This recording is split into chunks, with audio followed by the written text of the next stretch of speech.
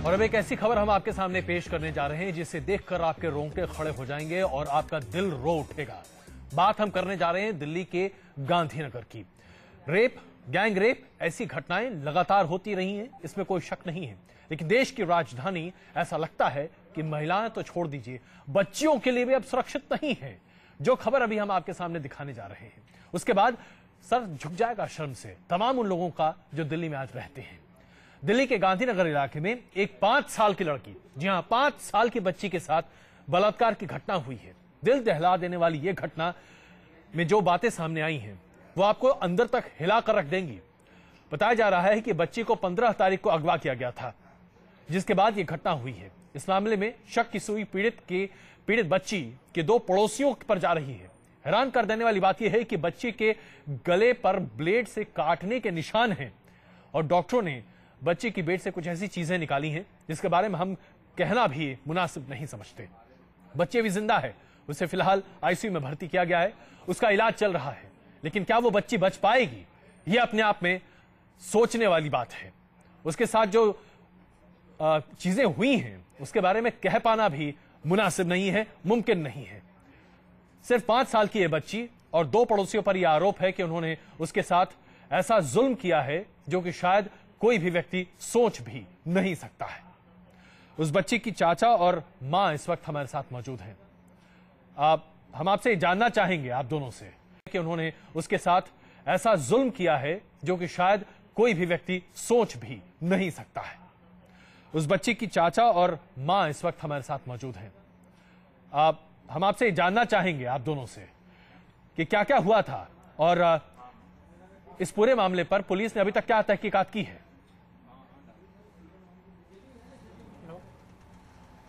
जी sir बोले। जी बताइए। Sir ये है कि हमारी जो बच्ची है जी, तो ये 15 तारीख को शाम को लगभग 6 बजे यानी कि जहाँ रहते उस गली में खेल रही थी जी। तो उसके 10-15 मिनट के बाद हम जब बाहर घूमने गए यानी कि देखते बच्चे नहीं है वहाँ पे जी तो हमें लगा जैसे कहीं इधर उधर चली तो नहीं कि दुकान पे जी। तो हमने उसे खोजने लग गया कि हाँ थी, अभी मैं खेल रही थी, अभी है नहीं। तो मैंने आसपास के दुकानों पे देखा, कहीं मिला नहीं। तो फिर अपने जो वहाँ पे हमारे जान पहचान के लोग हैं उनके यहाँ फोन किया तो कहता हमारे यहाँ नहीं आए जी। तो 8-10 जने से मिलकर हम उस इलाके में ढूंढने की कोशिश की जी। तो वहाँ नहीं मिली। इसके बाद हमने लगभग 8 बजे गांधीनगर थाने में रिपोर्ट दर्ज करवाई थी कि हमारी लड़की ऐसे गुम होगी, अभी तक मिली नहीं है, अब थोड़ा हेल्प कीजिए जी। तो उन्होंने कहा कि ठीक है मैं बयान लिख लेते हूँ। और इनके बाद हमें वही थाने में बिठा लिए थे। लगभग 1 बजे रात को उन्होंने छोड़ा था मुझे। नहीं तो बच्ची जब आपको मिली तो किस हालत में थी? सर उसके बाद तो लगभग दूसरे दिन यानी कि सुबह यानी कि 17 तारीख को सुबह 6:30 बजे मिली है जी। तो वो लड़की मिली है यानी कि जहाँ हम रहते थे उसके नीचे वाले फ्लोर पे जी, ग्राउंड फ्लोर पे यानी कि कोने की कमरे में मिली है वो। और वहाँ से वो जब चिल्ला रही थी ना जी और दरवाजे पे हाथ खटखटा रही थी क्योंकि बाहर से उसमें ताला लगा के चला आया था। जी। तो वो यानी कि जब ताला लगा गया तो बच्चे की आवाज आई तो कुछ लोगों ने वहाँ से आवाज दी कि इसमें से बच्ची की आवाज आ रही है। तो तब जाके आपको बच्ची मिली, उसकी हालत बहुत गंभीर थी, बहुत ही ज्यादा गंभीर थी सर, उसकी बयान नहीं कर सकते हम। चलिए अभी हमारे साथ आप बने रहिए, हमारे साथ आर्यन बंसल साहब मौजूद हैं जो कि मेडिकल सुपरिटेंडेंट है विवेकानंद अस्पताल की, जहां पर इस बच्ची का इलाज चल रहा है। बंसल साहब, उस बच्ची की हालत कैसी है? चिंताजनक है जी। उसका हमने ऑपरेशन तो कर दिया है। ऑपरेशन में हमने देखा कि वो बच्ची के उसके नीचे से उसका एक हमें कांच की ये हमला तेल की बोतल थी अंदर और 3 कैंडल थी जो उनको तो हमने ऑपरेशन करके निकाल दिया है जी। लेकिन उनकी वजह से पेट में अंदर इन्फेक्शन है भी, तो उसका इलाज हम कर रहे हैं। और बच्चे की हालत पहले से तो बेहतर है लेकिन अभी भी उसकी स्थिति चिंताजनक है। आप जिस हाल में बच्ची आपके अस्पताल पहुंची थी, हाँ जी, उसे देखकर आप क्या कह सकते हैं? उसके साथ सेक्सुअल असॉल्ट की बात सामने दिख रही है आपको? हाँ, सेक्सुअल असॉल्ट की बात बिल्कुल साफ साफ दिख रही है क्योंकि सेक्सुअल असॉल्ट के वहीं से उसी के रास्ते उसको छाड़ की गई थी जी। और वहीं हमें देखा कि वो मोमबत्ती कैंडल मिली 3 और फिर एक बोतल भी अंदर डाली गई। उसकी वजह से उसका पाखाने का रास्ते तक वो पहुंच गई थी और वहाँ जख्म भी था पाखाने के रास्ते में भी जी। और ये एकदम जो है सेक्सुअल असॉल्ट का ही केस है, क्लियर कट। जी बहुत धन्यवाद बंसल साहब इस जानकारी के लिए। तो ये अभी हमने आपके सामने बात रखी है और ये वाकई में कितनी गंभीर है इसका अंदाजा आप इसी बात से लगा सकते हैं। बच्ची के चाचा इस वक्त हमारे साथ मौजूद हैं। ये बताइए कि पुलिस ने अभी तक इस मामले पर क्या तहकीकात की है? सर अभी हम आज भी थाने में गए थे जी। सर मैं वहाँ से मैं FIR की कॉपी मांगिया तो उन्होंने कहा कि आप कोर्ट में अर्जी दीजिए जी, इसके बाद आपको कॉपी दी जाएगी वरना हम कुछ नहीं दे सकते जी। और क्या उसमें FIR की कॉपी उसमें क्या लिखा हुआ है? सर ये हमारे पास जो है वो पहले की FIR है जो 15 तारीख को हमने करवाई थी। जी, इस वक्त आप हमारे साथ बने रहिए। वर्तिका नंदा और अलका लांबा भी इस वक्त हमारे साथ जुड़ रही हैं। आप दोनों को हम ये बता दें कि ये एक ऐसी घटना है जो वाकई में रोंगटे खड़े कर सकती है। 5 साल की एक बच्ची जिसके साथ उसके पड़ोसियों ने ही बलात्कार किया है और जो चीजें की गई हैं उसके बारे में कह पाना मुमकिन नहीं है। उस बच्ची का अभी इलाज चल रहा है, वो चिंताजनक हालत में विवेकानंद अस्पताल में भर्ती है। वर्तिका, पहली प्रतिक्रिया आपकी।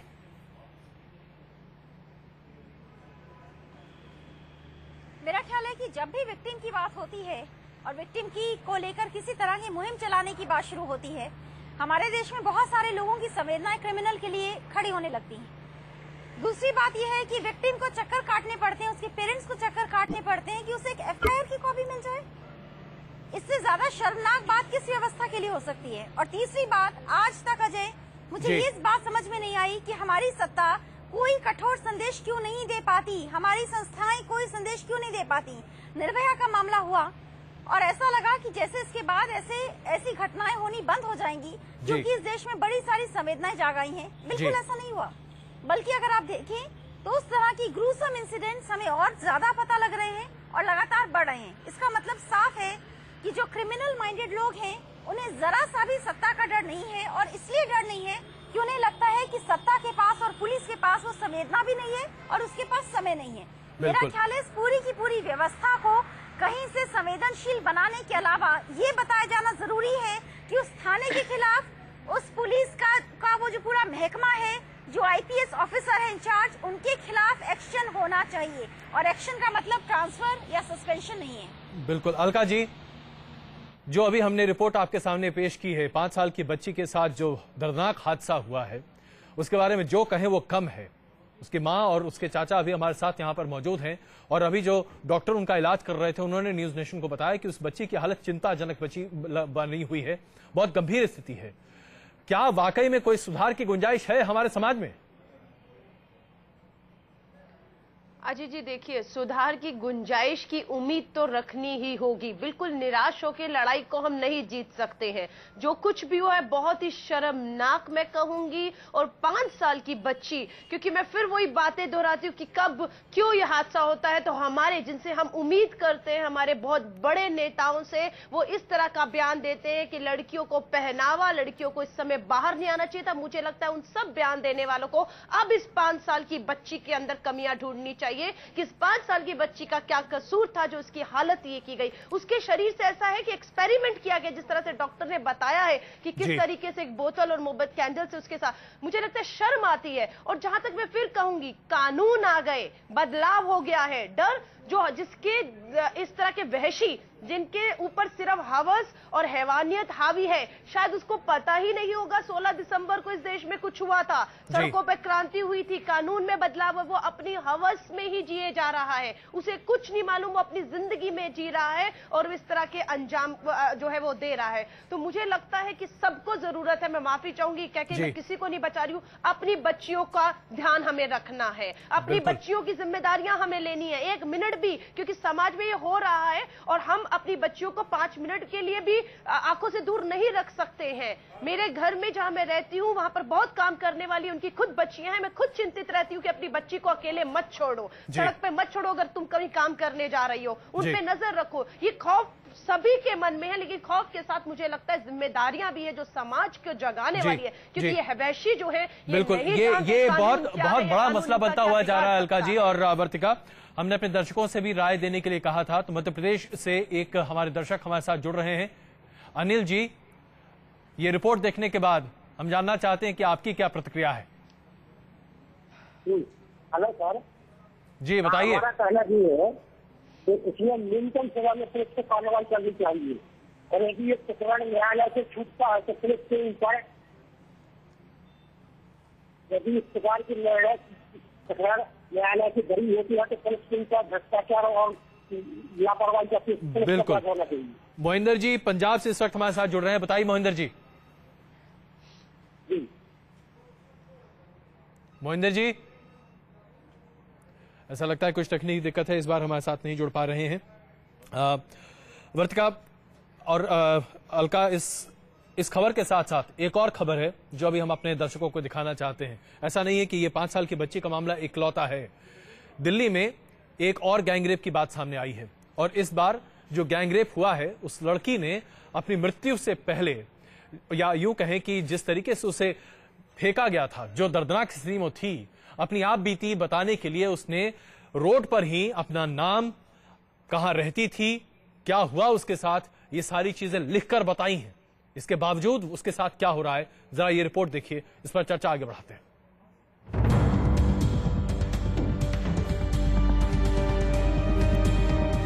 ये थी बलात्कार की वो दर्दनाक इबारत जिसे एक मजबूर लड़की ने बेहोश होने से पहले लिखा। ये इबारत न सिर्फ इस लड़की की मदद की गुहार थी, बल्कि ये थे वो संगीन सवाल जो देश की राजधानी दिल्ली में महिलाओं की हालत पर खड़े हो गए। दिल्ली के नानकपुरा गुरुद्वारे के पास गुरुवार की सुबह एक लड़की सड़क पर बदहवास हालत में पड़ी मिली। 20 साल की इस लड़की के जिस्म पर कपड़ों के नाम पर चंद टुकड़े थे, शरीर पर कई जगह चोट के निशान। लड़की इस हालत में भी नहीं थी कि अपने साथ हुई हैवानियत की दास्तां किसी को बता सके। लोगों ने बार बार पूछा तो सड़क पर पड़े एक ईंट के टुकड़े से लिखकर उसने बताया कि उसके साथ गैंगरेप हुआ है। दक्षिणी दिल्ली के मोतीबाग के नानकपुरा इलाके में ये फुट ओवर ब्रिज है। यहाँ पर ही आज सुबह एक लड़की जो कि अर्धनग्न अवस्था में बेहोश मिली थी। कहा जा रहा है कि इन्हीं पेड़ों के पास में इस फुट ओवर ब्रिज के नीचे वो लड़की मिली थी।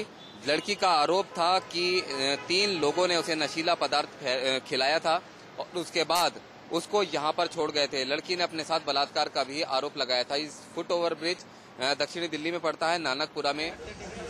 दिल्ली पुलिस सड़कों पर महिलाओं की सुरक्षा को लेकर कितनी संजीदा है, इसका अंदाजा आप इसी बात से लगा सकते हैं कि पीड़ित लड़की बहुत देर तक सड़क पर पड़ी रही, लेकिन वहां से गुजरने वाली किसी भी पीसीआर को इसका इल्म नहीं हुआ। जब लोगों ने लड़की को अर्धनग्न हालत में पड़ा देखा तो भीड़ में मौजूद किसी शख्स ने पुलिस को फोन करके मामले की जानकारी दी, जिसके बाद साउथ दिल्ली के पुलिस अधिकारी मौके पर पहुंचे और पीड़ित लड़की को इलाज के लिए अस्पताल भेजा। लड़की उधर बैठी थी वहाँ पे, फिर पीसीआर फोन किया गया, वो क्या नाम पीसीआर आई। पीसीआर आने के बाद फिर वो क्या नाम ले गए उसको थाने। हालत तो उसकी थोड़ी वैसी थी, गंदी सी, मान लो थोड़ी धूल मट्टी लगी हुई थी ज्यादा, और रो भी रही थी। पुलिस के मुताबिक पीड़ित लड़की नेपाल की है और दिल्ली के कोटला मुबारकपुर इलाके में किराए के मकान में रहती है। बुधवार की रात 3 लड़कों ने उसे किडनैप करके गैंगरेप किया। पुलिस की माने तो वारदात से पहले लड़की को भारी मात्रा में नशीला पदार्थ भी दिया गया था। पुलिस ने शक के आधार पर कुछ लड़कों को हिरासत में लिया है, लेकिन पुलिस मामले में ज्यादा जानकारी देने से बच रही है। साफ है कि पुलिस के पास बताने के लिए कुछ भी खास नहीं है और शायद असली अपराधी उसकी पहुंच से बाहर ही है। दिल्ली से रुमानुल्लाह खान के साथ टीम न्यूज नेशन। हमारे तमाम दर्शक हमसे बात कर रहे हैं और इस वक्त हमारे साथ मोहिंदर जी मौजूद हैं, पंजाब से हैं, और युगल किशोर जी भी हैं। मोहिंदर जी, आप क्या कहना चाह रहे थे?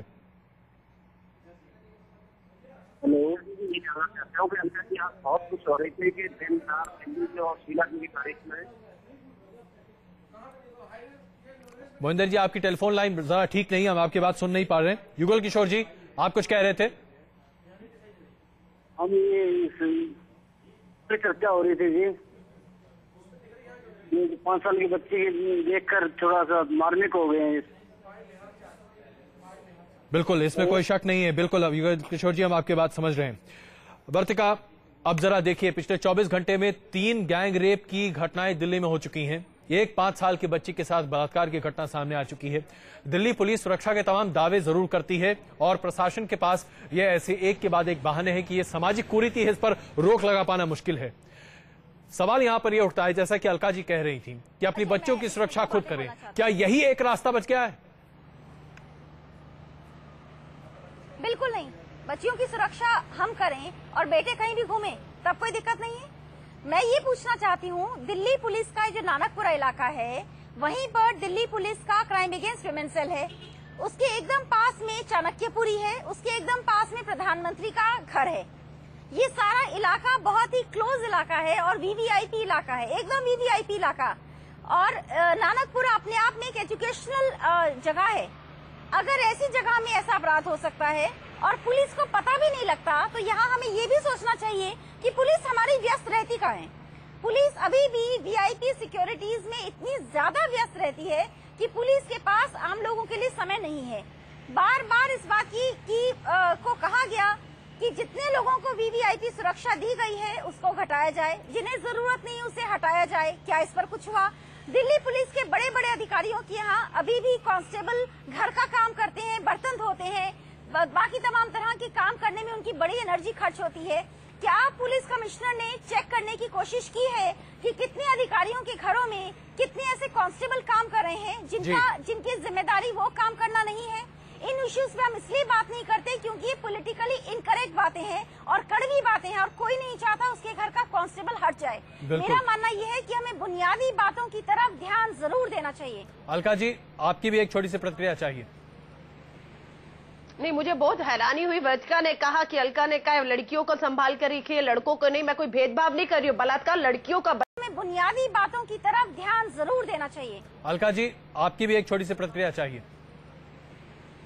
नहीं, मुझे बहुत हैरानी हुई। वज्का ने कहा कि अलका ने कहा लड़कियों को संभाल कर रखिए, लड़कों को नहीं। मैं कोई भेदभाव नहीं कर रही हूँ, बलात्कार लड़कियों का, बच्चियों का हो रहा है, लड़कों का नहीं हो रहा। और मैं कोई भेदभाव नहीं कर रही। मैं जो बात है, हम अपने घरों में रात को सोते हैं तो मुझे नहीं लगता क्यों ताले लगाकर सोते हैं, क्यों अंदर से चिटकनी लगा के बंद खोल दीजिए, फिर सब कुछ सरकार कानून पे छोड़ दीजिए। हर एक की जिम्मेदारी है, वो सरकार हो, वो कानून हो, वो समाज हो, वो मैं खुद एक व्यक्तिगत तौर पर, सबको मिलकर इस लड़ाई को लड़ना है और जीतना है। मैं यही कहना चाहती हूँ। इसमें मैं ये कहूंगी कि 5 साल की बच्ची के साथ अगर कुछ हो रहा है तो उत्तर प्रदेश और पंजाब में भी जो कुछ घटनाएं, जिस तरह से महिलाओं को पुरुषों द्वारा पीटा गया, चाहे वो पुलिस थी जिसने एक महिला को, 65 साल की महिला को एक डंडे से पीटा, मुझे लगता है ये संवेदनशीलताएं बिल्कुल खत्म है, जिस पे बात अब होना बाकी है। अलका जी, लेकिन जो बुनियादी बात आती है, हम पुलिस की बात करते हैं, पुलिस से ही हम सुरक्षा की उम्मीद करते हैं। जहां जिस समाज में पुलिस से ही संवेदनहीनता की बात हम मान लेते हैं, तो फिर उसके बाद बचता क्या है? फिर तो हमें प्रशासन से भी कोई उम्मीद नहीं करनी चाहिए, फिर हमें समाज से भी कोई उम्मीद नहीं करनी चाहिए। उम्मीद करें तो किससे करें? नहीं, उम्मीद क्यों नहीं करें? और जवाबदेही भी बनती है इन लोगों की, चाहे वो पुलिस है, कानून है, सरकार है, बिल्कुल इनकी जवाबदेही है। इन्हें समाज को एक सुरक्षित माहौल देने की आवश्यकता है। पर मुझे लगता है हम सिर्फ एक कोने पर खड़े हो जाएं, सब आपको करना है, आपकी जिम्मेदारी, और हम खड़े रहें, क्योंकि सुरक्षा का प्रश्न हमारा है, इसलिए हम खड़े नहीं रह सकते हैं। हमें बिल्कुल मांगते रहना और अपने आप को भी सुरक्षित रखने की कोशिश हमारी तरफ से भी निरंतर होती रहनी चाहिए कि हम अपनी 5 साल की बच्ची को समाज में कैसे सुरक्षित रखें। मुझे मालूम है एक आदमी सड़क पे शराब पीकर पड़ा हुआ है, साथ में से कोई बच्ची अकेली असुरक्षित है, मैं अनदेखा करके निकल जाऊं, मेरी कोशिश नहीं होनी चाहिए कि मैं उसे सुरक्षित स्थान दे पाऊं। एक नेपाल की जो लड़की की आप बात कर रहे, सड़क पर पड़ी हुई मिलती है। मुझे लगता है कि कहीं ना कहीं पुलिस ऐसा नहीं है, काम नहीं कर रही, पर नाकाफी है, बहुत पुलिस नाकाफी है। इसके बारे में तो हम कई बार चर्चा कर चुके हैं। बिल्कुल, उस बच्चे के चाचा अभी भी हमारे साथ मौजूद है, उस बच्ची की माँ भी हमारे साथ मौजूद है। हम बच्ची की माँ से अभी बात करना चाहेंगे। आपने अपनी बच्ची को देखा, अस्पताल में भी आप देख कर आ रही होंगी। हम, हालांकि ये सवाल अपने आप में बड़ा अटपटा है, लेकिन जिस समय आपने उसको देखा, आप तो बहुत मुश्किल में होंगी। आपको लग रहा होगा कि हमारी बच्ची के साथ ये क्या हो गया, और जिन लोगों ने उसके साथ ये दुष्कर्म किया वो तो आपके पड़ोसी ही थे। मेरा बच्चा, मुझको बच्चा खेलने गया तो चुरा कर ले गया। 6 बजे करीब में चारों बगल ढूंढा, कहूँ नहीं मिला मेरा बच्चा, नहीं मिला। तो पुलिस कर गया तो वो भी तर नहीं मिला। तो बच्चा को मेरे 15 तारीख को निकला तो 17 तारीख को ताला मार दिया रूम में, ताला मार कर तब निकल गया। तो एक बच्चा चिल्लाया, तो एक पड़ोसी बोला भाभी तुम्हारी लड़की में है। अथी में कमरे में। चलिए, नहीं, आप अपने बच्चे को संभालिए, हम समझ रहे हैं आपके लिए काफी मुश्किल की ये बात है। वर्तिका, सवाल ये उठता है कि हम लोग तमाम स्टूडियोज में बैठकर, तमाम गोष्ठियों में बैठकर, तमाम जगहों पर एक दूसरे के साथ चर्चा कर लेते हैं, कहते हैं कि समाज में ऐसा होना चाहिए, पुलिस को ये करना चाहिए, लोगों को ये करना चाहिए, बदलाव आना चाहिए। सोनिया गांधी खड़ी हो जाती हैं, शीला दीक्षित खड़ी हो जाती हैं, तमाम अमला खड़ा हो जाता है 16 दिसंबर को। उसके बाद स्थिति फिर वही वापस। सुधार की गुंजाइश वाकई में है, क्योंकि अब ऐसा लगता है कि कम से कम इन तमाम मामलों पर सुधार की गुंजाइश बनती दिखती नहीं है, हम चाहे कितनी भी ऐसी रिपोर्ट दिखा रहे हैं टीवी पर। अजय, सुधार जो है स्नेह से नहीं होगा, और सुधार अकेला संवेदना की बात करने से भी नहीं होगा। जब तक कुछ कुर्सियां हिलेंगी नहीं, तब तक सुधार नहीं होगा। अब चुनाव पास आ रहे हैं, जनता के अंदर आक्रोश है, और मेरा ख्याल है कि आने वाले चुनाव बहुत चीजों का फैसला करेंगे। लेकिन एक बात और भी साफ है कि ये जरूरी नहीं है कि सत्ता में अगर कोई और किसी और राज्य में या केंद्र सरकार में कोई और आ गया तो वो संवेदनशील होगा, ये जरूरी नहीं है। लेकिन जरूरी है सबसे बड़ा डर, सत्ता को डर नहीं है और अपराधी को डर नहीं है।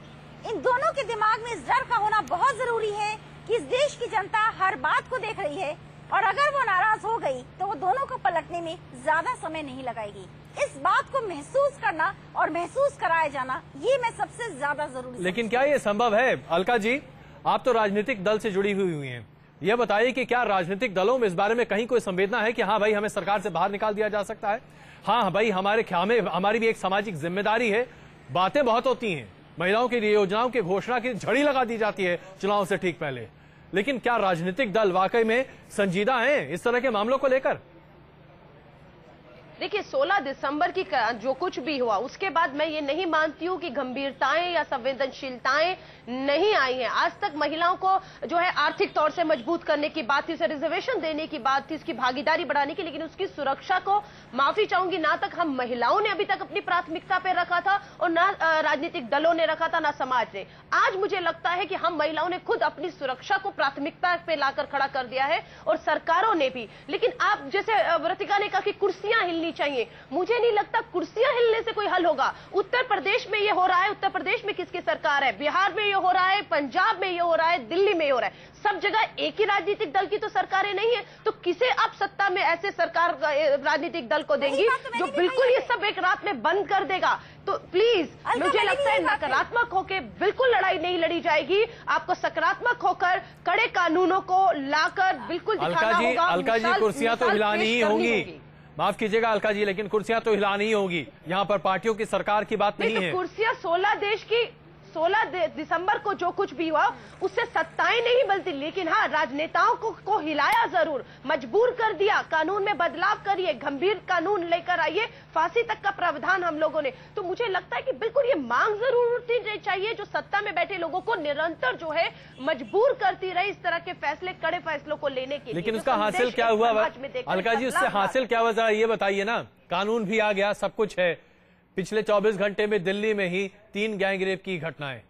कानून के आने से क्या कोई गैंगरेप रुक गया? मैं माफी चाहूंगी, रात में कानून भी आ जाए, सबको जानकारी भी मिल जाए, अपराध भी रुक जाए, डर भी आ जाए, ये नहीं होगा। ये निरंतर एक प्रयास है जो जारी रहना चाहिए, और मुझे पूरी उम्मीद है कानून और नहीं चाहिए, बहुत काफी है कानून, इनका गंभीरता से जो है इम्प्लीमेंटेशन अब कर डालिए आप। पुलिस संवेदनशील हो जाए, जो एफआईआर दर्ज नहीं कर रही, जो एफआईआर की कॉपी देने से आज भी मना कर रही है, बहुत सी ऐसी चीजें जिसे अब गंभीरता से लेकर अब इम्प्लीमेंट करिए। अब बदलाव दिखना चाहिए, क्योंकि अब बदलाव की मैं ये कहूंगी नहीं आया, लेकिन शुरुआत हो चुकी है। लेकिन फिर भी मैं कहूंगी इस तरह की घटनाओं के लिए सबको जागना होगा, ताकि 5 साल की बच्ची समाज में कम से कम सुरक्षित रह सके। बिल्कुल वर्तिका, एक कसूर नहीं है, जिसको आप कहीं किसी तरह से दोषी नहीं ठहरा सकते। एक आखिरी टिप्पणी आपसे।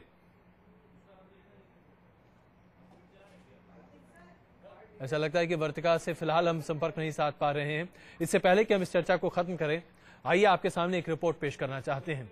जिस लड़की के साथ बलात्कार की घटना हुई और जिसे सुबह सुबह बिना कपड़े के बरामद किया गया, उसके साथ ही साथ दिल्ली पुलिस जो कि लगातार ये कहती आई है कि आम आदमी के साथ वो खड़ी है, क्या वाकई में आम आदमी के साथ खड़ी है? कुछ सवाल खड़े होते हैं दिल्ली पुलिस के ऊपर भी। क्या दिल्ली पुलिस महिलाओं को सुरक्षा मुहैया करा सकती है? एक बड़ा सवाल है, क्या अपराधियों के सामने देश की सबसे हाईटेक पुलिस ने घुटने टेक दिए हैं? देखिए जरा पहले ये रिपोर्ट, फिर चर्चा करते हैं। दिल्ली गैंगरेप के बाद महिलाओं की सुरक्षा को लेकर देश में नए कानून बनाए गए। महिलाओं की सुरक्षा के लिए 1000 करोड़ रुपए के निर्भया फंड की भी घोषणा की गई, लेकिन तमाम घोषणाओं के बाद भी हालात में बदलाव बिल्कुल भी नहीं दिख रहे हैं। 2 दिन पहले ही दिल्ली के अशोकनगर इलाके में 3 लड़कों ने 15 साल की एक लड़की को स्कूल जाते समय किडनैप कर लिया और फिर उसके साथ गैंगरेप किया। हैरानी की बात यह है कि 3 आरोपियों में से एक लड़की का चचेरा भाई था। रिश्ते में भाई लगता है, चाचा का लड़का लगता है जी।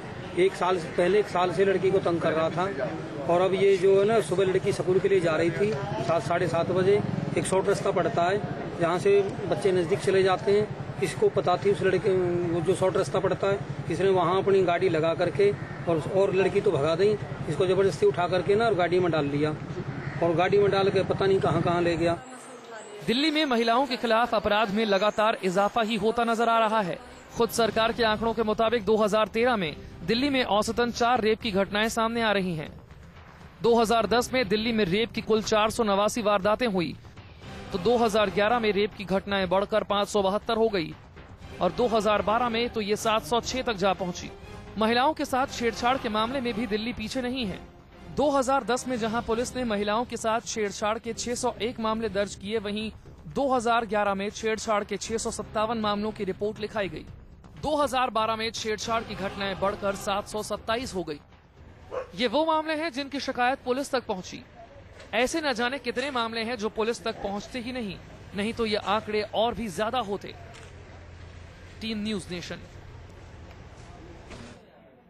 अलका जी, एक आखिरी टिप्पणी हम आपसे लेना चाहेंगे इससे पहले कि शो को हम खत्म करें। दिल्ली पुलिस की संवेदनाओं की बात करते हैं, पुलिस की संवेदनाओं की बात करते हैं, वास्तविकता की बात की जाए, क्या आपको यकीन है एक दिन आएगा जब पुलिस संवेदनशील हो सकती है?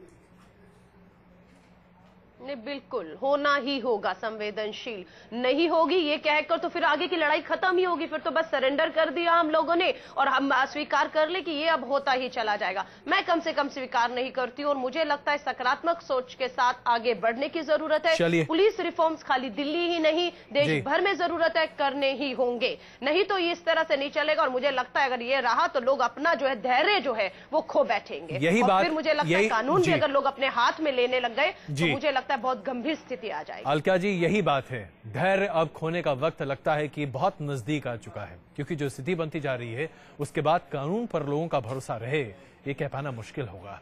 आप सबको बहुत धन्यवाद इस चर्चा में शामिल होने के लिए। कुछ देर के लिए रुक रहे हैं, वापस आते हैं कुछ और खबरों के साथ।